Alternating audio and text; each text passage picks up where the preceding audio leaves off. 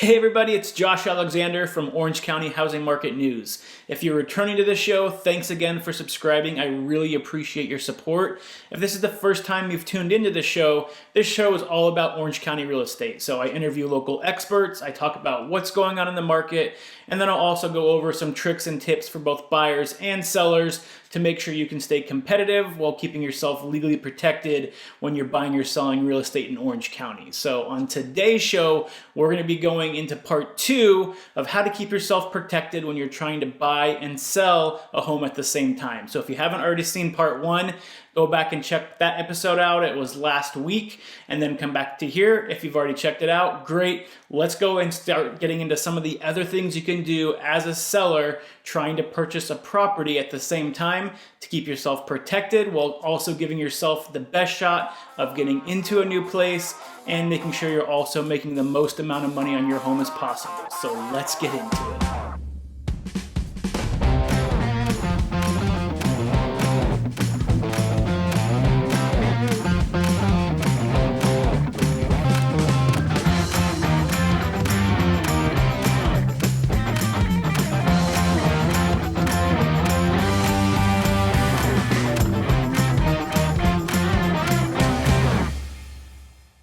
Okay, so if you remember last time, we talked about the different contingencies as well as the different forms that are available to you when you're trying to buy and sell a home at the same time to give you as close to a guarantee as possible that you're going to have that nice smooth transaction where you first sell your home, you take the funds, you buy a new home, everything lines up, you only have to move once. And you also are given that guarantee that on the selling side, I'm not fully committing to selling my home to you as a buyer until I purchase a new home. And then on the buying side, you're saying, I would love to purchase this property, but I can't fully commit until I sell my current home. So those guarantees are great to have. However, in today's very competitive environment, sometimes you aren't able to find that perfect buyer and perfect seller at the same time to give yourself that perfect transaction. So today, we're going to talk about a few more tools you have in your tool belt that you can use alongside those contingencies or by themselves that gives you a little bit more flexibility when you're trying to buy and sell a home at the same time.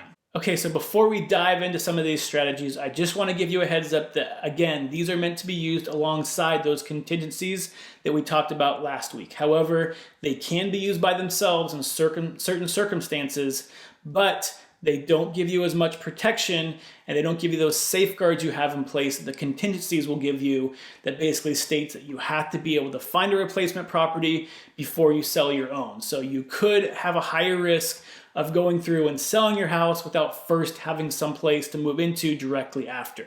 So you might be asking yourself, why would I even use these strategies then? Well, it's a very competitive market, so sometimes you have to go and take a little bit of risk to be able to do these both at the same time. But two, there are some pros to this. So the first one, when you're trying to sell your home, you are going to attract more buyers by using some of these other options. And ultimately, more buyers means more offers, and more offers means you're going to get a higher price for your home when you eventually sell it.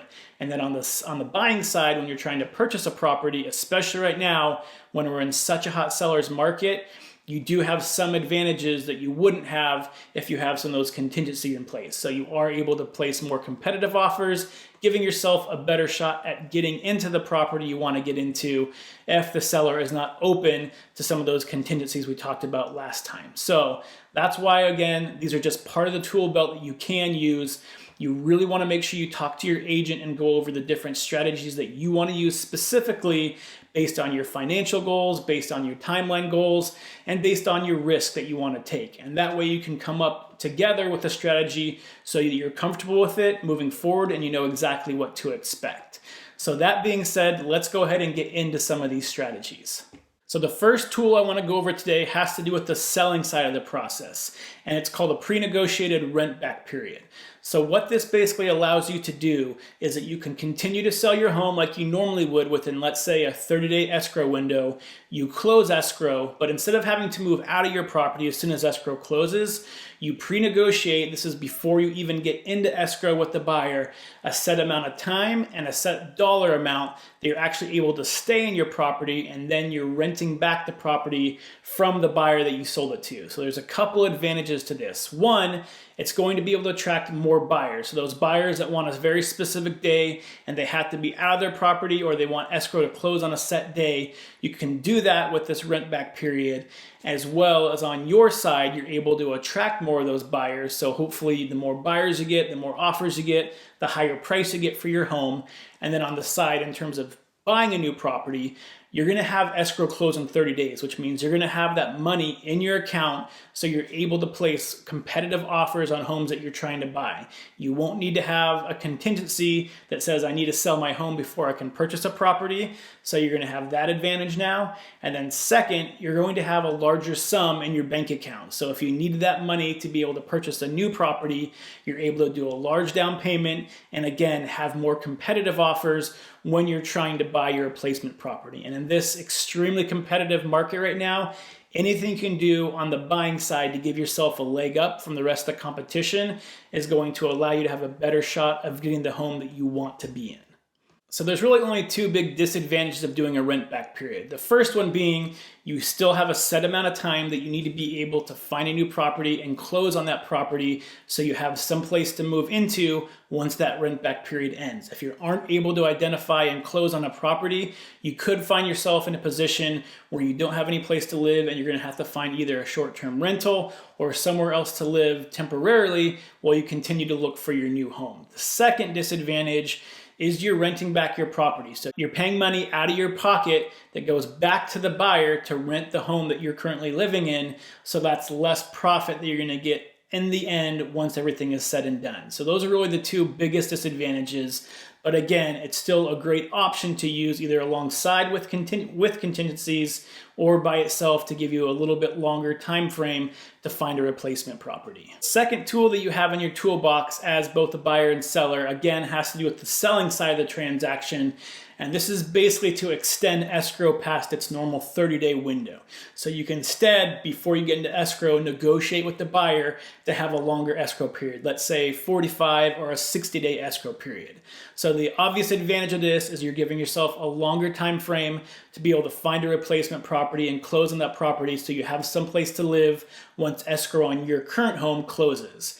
The disadvantage of this, especially compared to the rent back period, is that because escrow is not closed, one, you're not going to have those funds in your bank account to be able to make more competitive offers. And two, even after the buyer lifts all the contingencies, escrow is still not closed. So even though there's a small chance that escrow would fall out after all contingencies are removed, there's still that chance. Whereas with the rent back period, escrow is closed, the money's in your account, and there's less issues and less risk to deal with that. Now that being said, you can use both these strategies at the same time to give yourself as long as possible to be able to find a new property.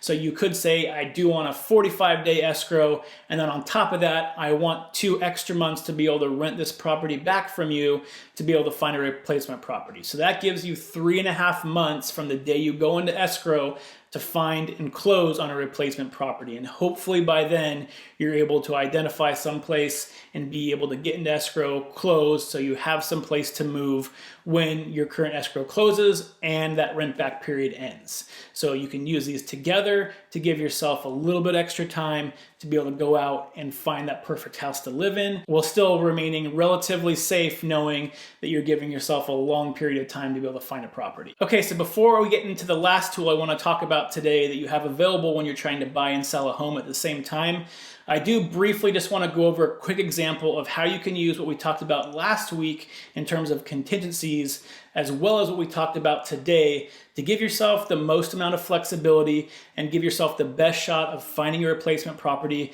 while selling your property at the same time.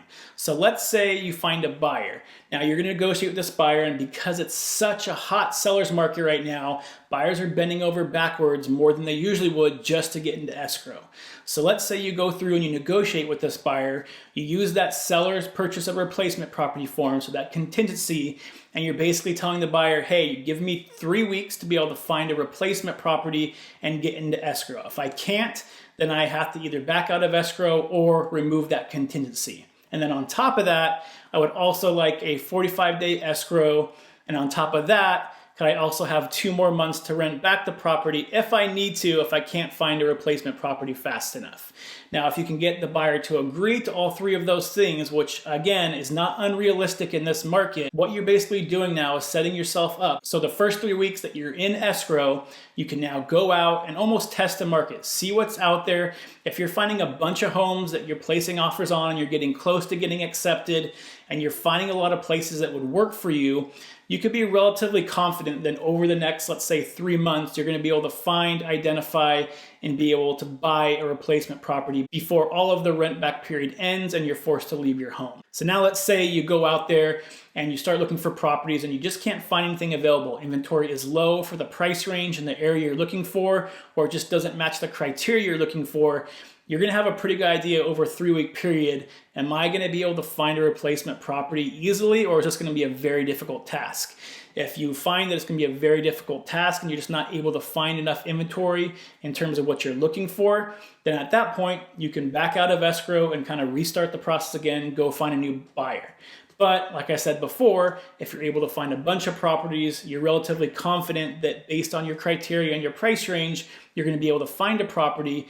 Now you might feel more comfortable taking that contingency off and continuing to go through escrow. So that's just a quick example of how you can use all of these things we talked about and kind of put them all together to give yourself as a seller the most flexibility to be able to find a property on the back end, close on it, and not have to worry about trying to find someplace else to live once everything is said and done when the rent back period is over after the end of that, let's say 3.5 months. Again, that was an example of just one strategy you can use. There's 100 different ways you can fill out the forms and use these different strategies depending on the buyer, the seller, and what your goals are. So again, make sure you're going over this information with your agent so you can figure out the best plan going forward. So now I want to talk about the last tool that you have available to you when you're trying to buy and sell a home at the same time. And it's a little bit different than everything else. So this is for homeowners that have a decent amount of equity already built up in their current house. So let's say 30% or more.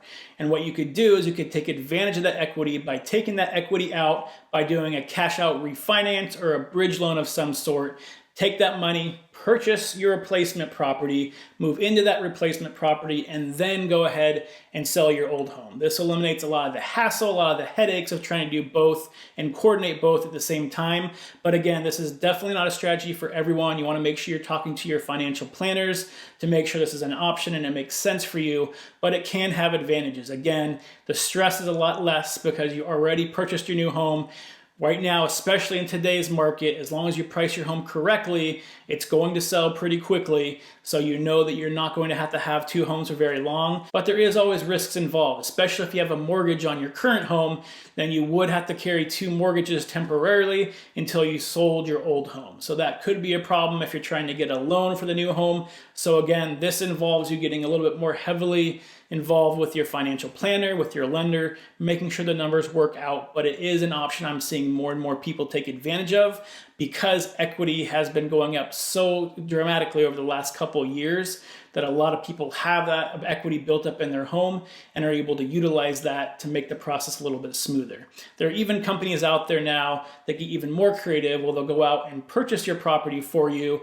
You can then take that money to go out and buy a new home. At the same time, you're renting back the property from that company that purchased your home for up to a year while you're doing that. There's a company called Easy Knock that does it, and a bunch of other companies that are starting to do that as well. So typically, you might not get as much money for your home if you do it that way, but it gives you that flexibility to live in your current home, have the cash ready to go to be able to buy a new property and being able to do so without having to worry about coordinating both at the same time. So that is another option out there. It's something you can explore. Again, it's just one tool that you have in your tool belt, and depending on your situation, it might work for you, it might not. So you definitely want to talk to your agent, your financial planner, and make sure it's an option for you.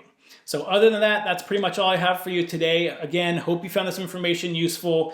And again, the reason I go over this is because one of the biggest things I keep hearing from sellers over and over is that, yes, I want to sell my home, but I'm scared I'm not going to be able to find a replacement property in time before my current home closes. So this was just some information to give you all the tools that you know that are out there to make this process work for you and to give you as little stress as possible when you're trying to buy and sell a home at the same time. So with that, Hope you stay healthy, hope you stay happy, and I'll see you next time. Bye.